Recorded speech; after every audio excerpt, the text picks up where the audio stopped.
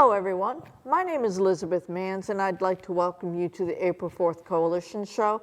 This is the January 2nd, 2023 edition of the show, and it's been 435 weeks since the closing of the North Adams Regional Hospital.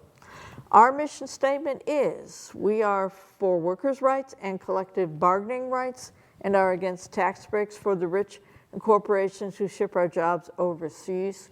We support all the articles of the Universal Declaration, but as is our custom, we put the emphasis on Article 23, and as this is the first show of the new year, Dick is going to let me take the first and the second one, and he's going to do the third and the fourth. Everyone, so number one is, everyone has the right to work, to free choice of employment, to just and favorable conditions of work, and protection against unemployment.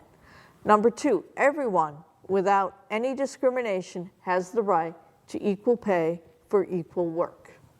Number three, everyone who works has the right to just and favorable remuneration, ensuring for himself and herself and his family and her family an existence worthy of human dignity and supplemented, if necessary, by other means of social protection. Number four, everyone has the right to form and join trade unions for the protection of his or her interests. And as is our custom, we give a shout out and thank you to Michael Putnam, who is the program director of WMNLP LP 107.1 for airing the audio portion of our shows on Fridays at 6 p.m., and to David Fabiano for helping us to produce these shows. And Dick, as we're going into the new year, yeah, we thought we'd touch base, with healthcare. It's an issue. It's an issue here in North Berkshire. Certainly. We still don't have a full-service hospital. We're the largest geographic region in the entire Commonwealth of Massachusetts that doesn't have access to a full-service hospital within the region. So right here, this was recorded on September 13th by Bernie Sanders. It's the American people are sick and tired of our collapsing and dysfunctional healthcare system. So we're going to listen to Bernie try to enlighten us and those around us. and point us in a direction for a cure? Yes. Or a solution to the problem? Yes. Okay. Thank you. Enjoy the video.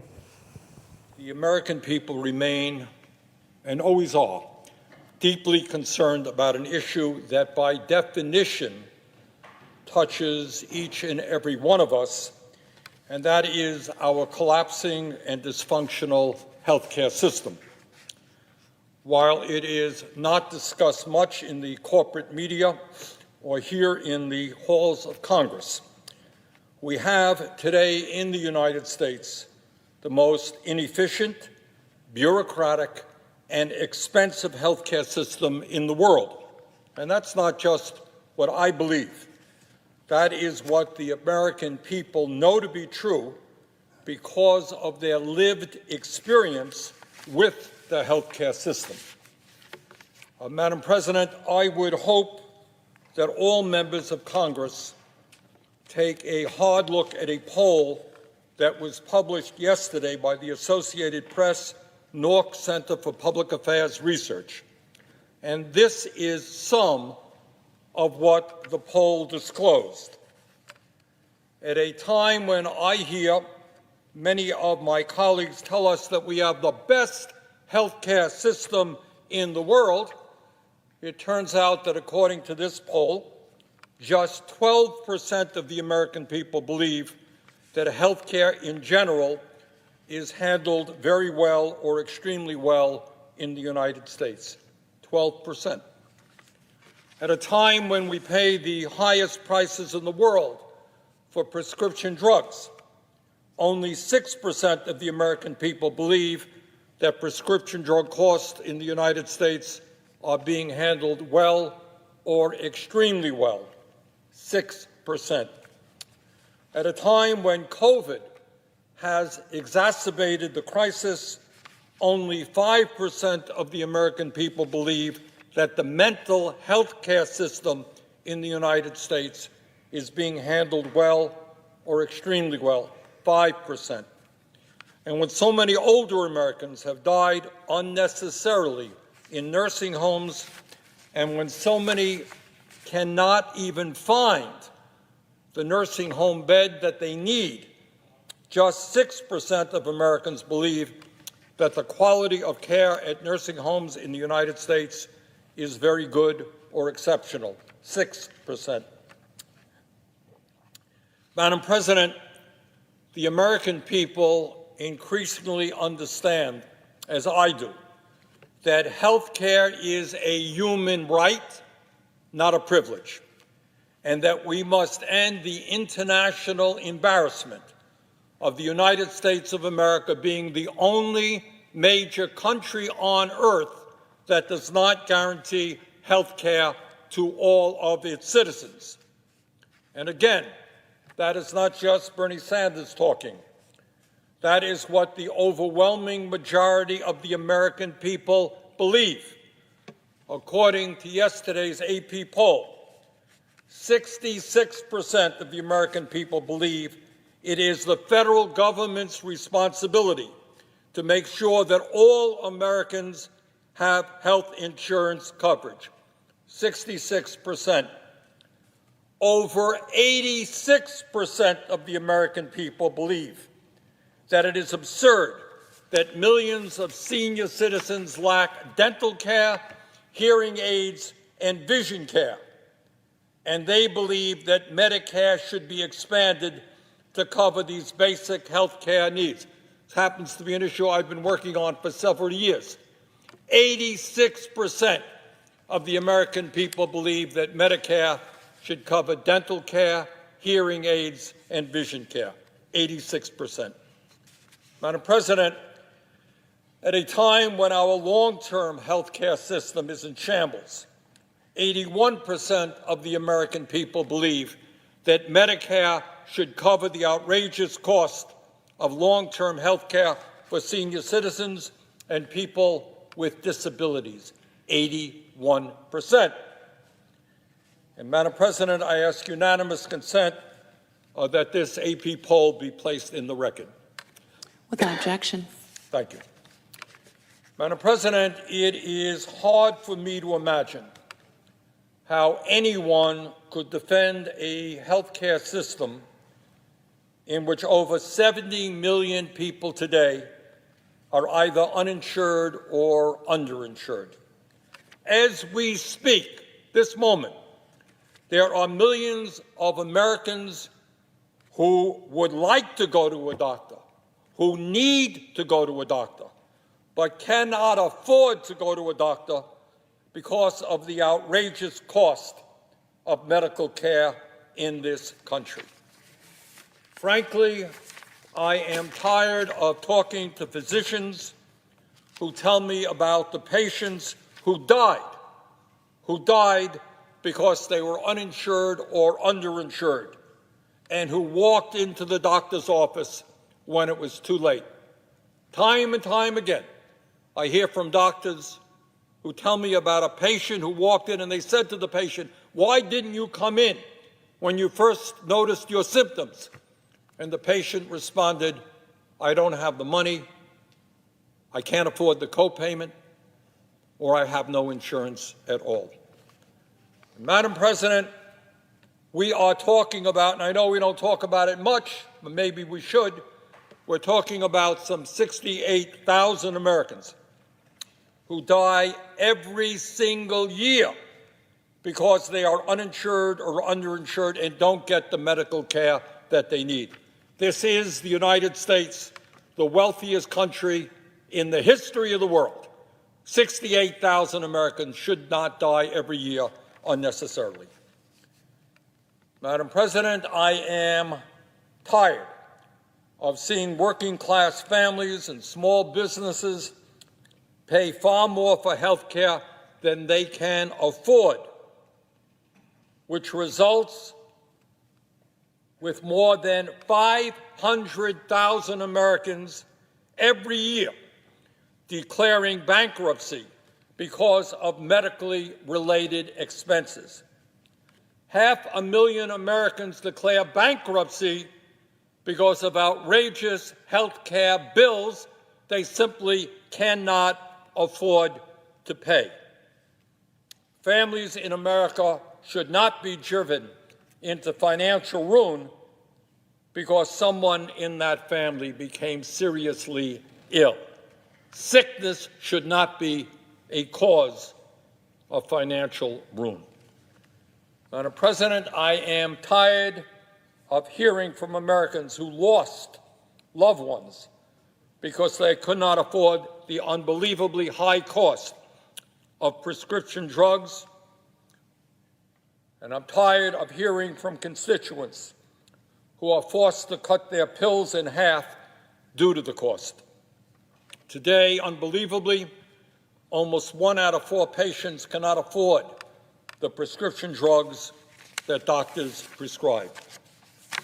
And when you want to talk about an irrational and dysfunctional health care system, think about a system in which people go to a doctor, they get diagnosed as to their health care problem, they get a prescription drug prescribed to them, but they can't afford to buy the drug the doctor prescribes.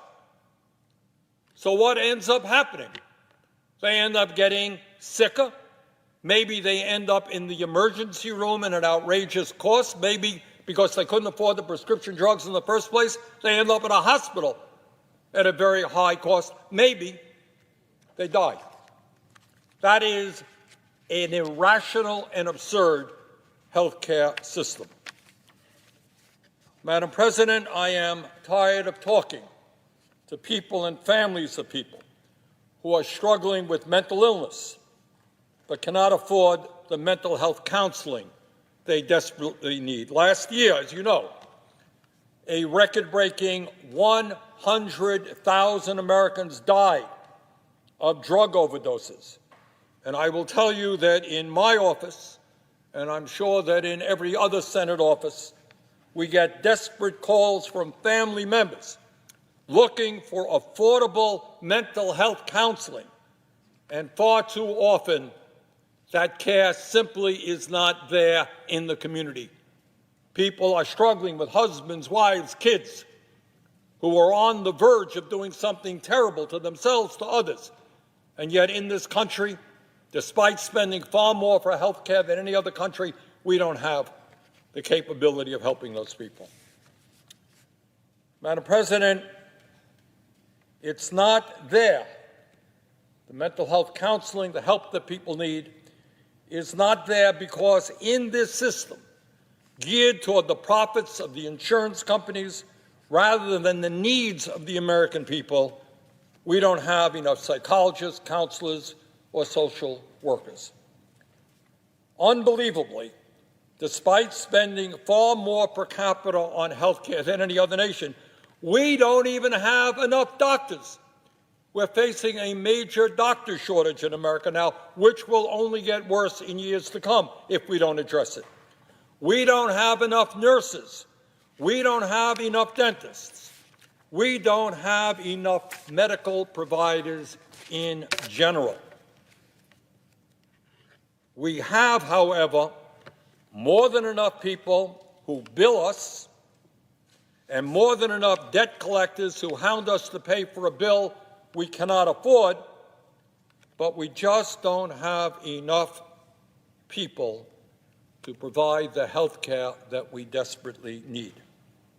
And by the way, that crisis of lack of health care providers is only going to get worse as our society continues to age. Madam President, at a time of declining life expectancy, in the wealthiest country on earth, your health and your longevity should not be dependent on the amount of money you have.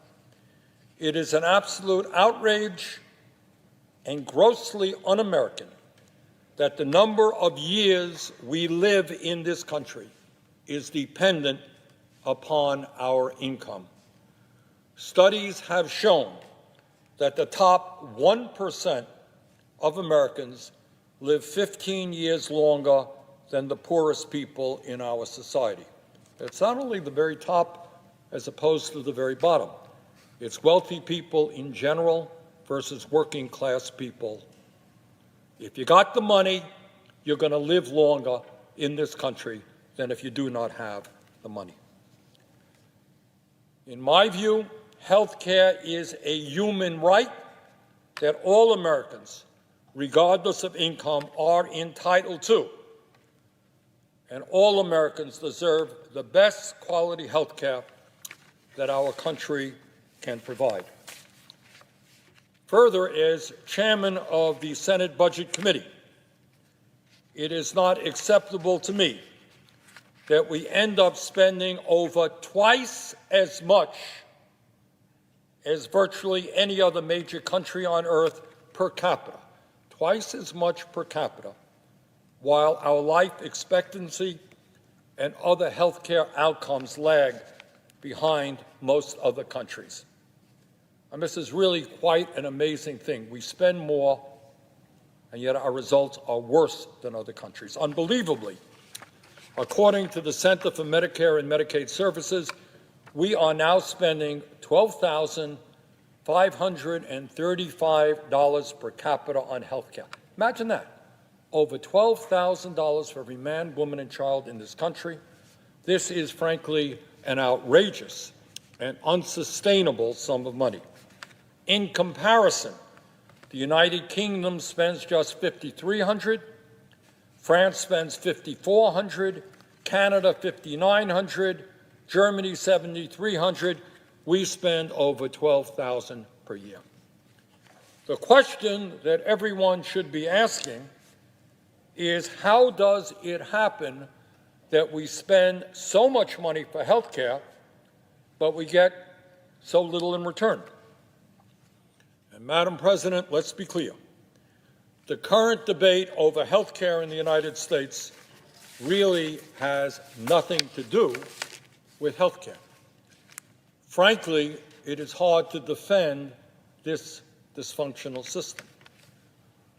The health care debate has everything to do with the unquestionable greed of the healthcare industry and their desire to maintain a system which fails the average American, but which makes the industry huge profits every single year. While ordinary Americans struggle to pay for health care during this pandemic, the 6 largest health insurance companies in our country made over $60 billion in profits last year, led by United Health Group, which made $24 billion in 2021. Madam President, while millions of Americans cannot afford soaring health care costs, the top executives in the insurance industry receive huge amounts of compensation. In 2020, remember, 70 million uninsured and underinsured, 68,000 dying every year because they don't get to a doctor on time. But in 2020, the CEOs of 178 major healthcare companies collectively made $3.2 billion in total compensation, up 31% from the previous year, all in the midst of the pandemic. People dying every single day, cost of health care soaring, and yet the CEOs saw a 31% increase in their compensation. Madam President, according to Axios, in 2020, the CEO of Cigna, David Cordani, took home $79 million in compensation. The CEO of Centene, Mr. Neerdorf, made $59 million. The CEO of United Health Group, Mr. Wickman, received $42 million in total compensation. But it is not just the health insurance companies that are ripping off the American people, it's the drug companies as well. In terms of the pharmaceutical industry, last year, Pfizer, Johnson & Johnson, and AbbVie, 3 giant pharmaceutical companies, increased their profits by over 90% to $54 billion. How's that? In the midst of a pandemic where we have lost now over 1 million people, where millions and millions of people have become sick, the profits of the major drug companies went up by over 90%. The CEO of Moderna got a $926 million golden parachute after his company received $2.5 billion in taxpayer dollars to develop the vaccine. We all appreciate the development of the vaccine, which is saving lives every day. But really, does the CEO of the company that received $2.5 billion of taxpayer money deserve a $926 million golden parachute? That is an indication, a manifestation of a sick and broken healthcare system. And while over 330,000 Americans died during the pandemic because they could not afford to go to a doctor on time, the CEO of Regeneron Pharmaceuticals made over $450 million in total compensation. Madam President, the current system is failing the American people, and the American people want change, real change.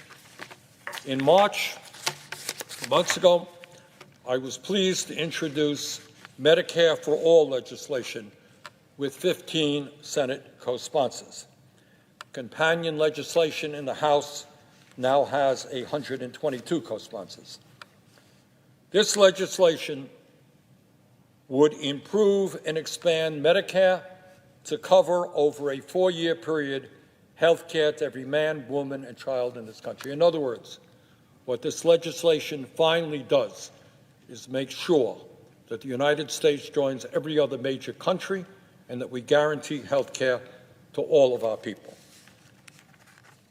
This legislation is comprehensive, and it would end out-of-pocket expenses, and unlike the current system, it would provide full freedom of choice regarding health care providers.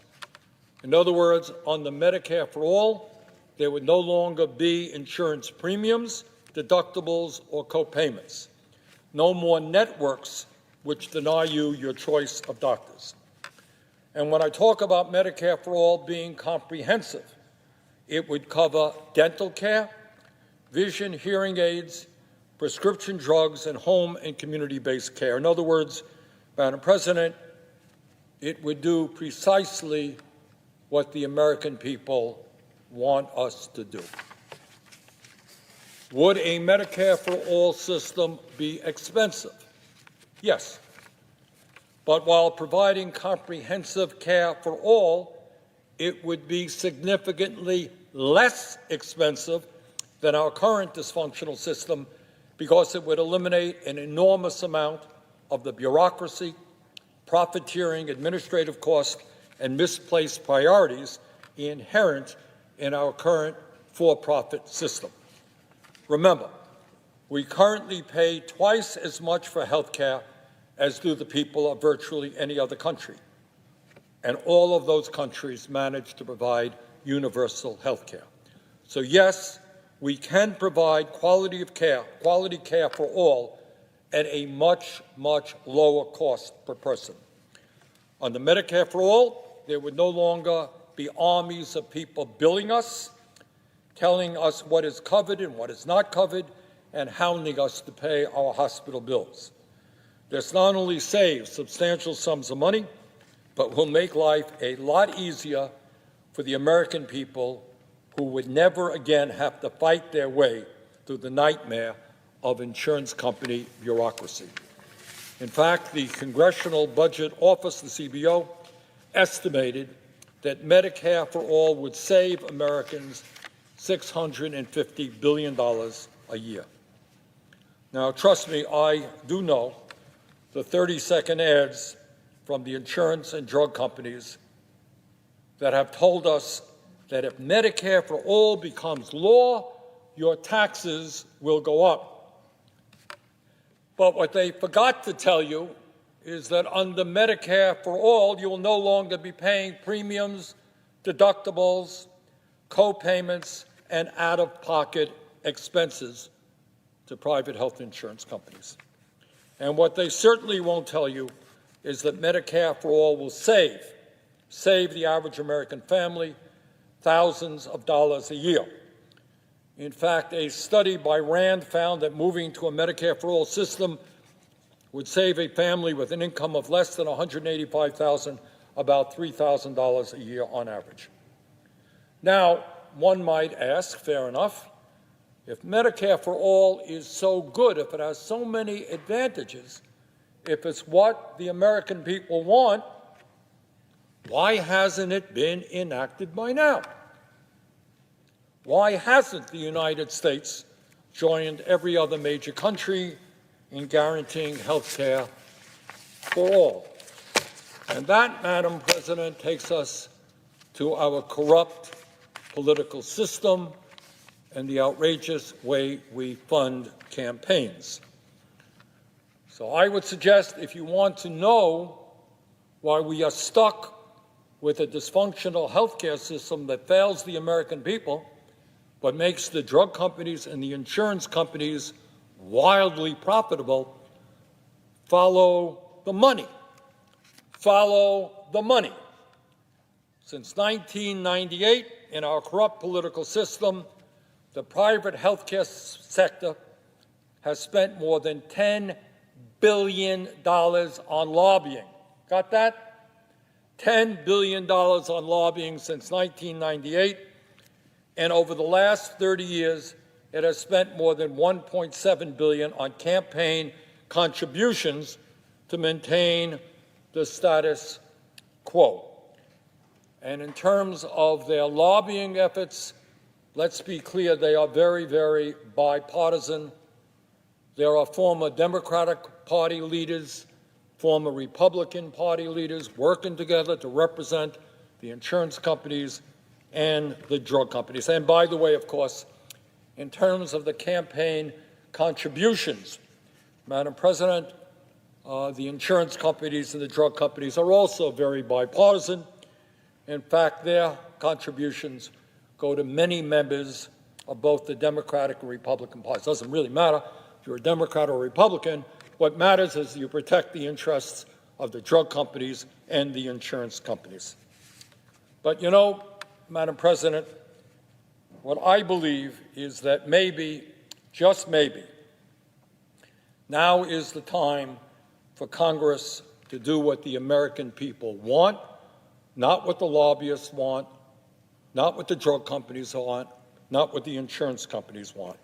And maybe, just maybe, we should have the courage to take on powerful special interests who dominate healthcare in the United States. And maybe, just maybe, now is the time to provide healthcare to every man, woman, and child as a human right by passing a Medicare for All single-payer program. And with that, Madam President, I yield the floor. Okay, well, we hope you all found both videos educational, or these videos educational, and we will see you next week. And power to the people. Yeah, enjoy the holiday season.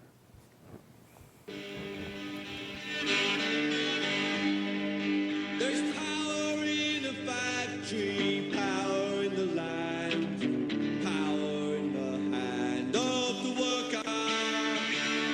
But it all amounts to nothing if together we don't stand. There is power in our union. Now the lessons of the past were all learned with workers' blood. Mistakes of the bosses we must pay for. From the cities and the farmlands to trenches full of mud. War's always been the bosses.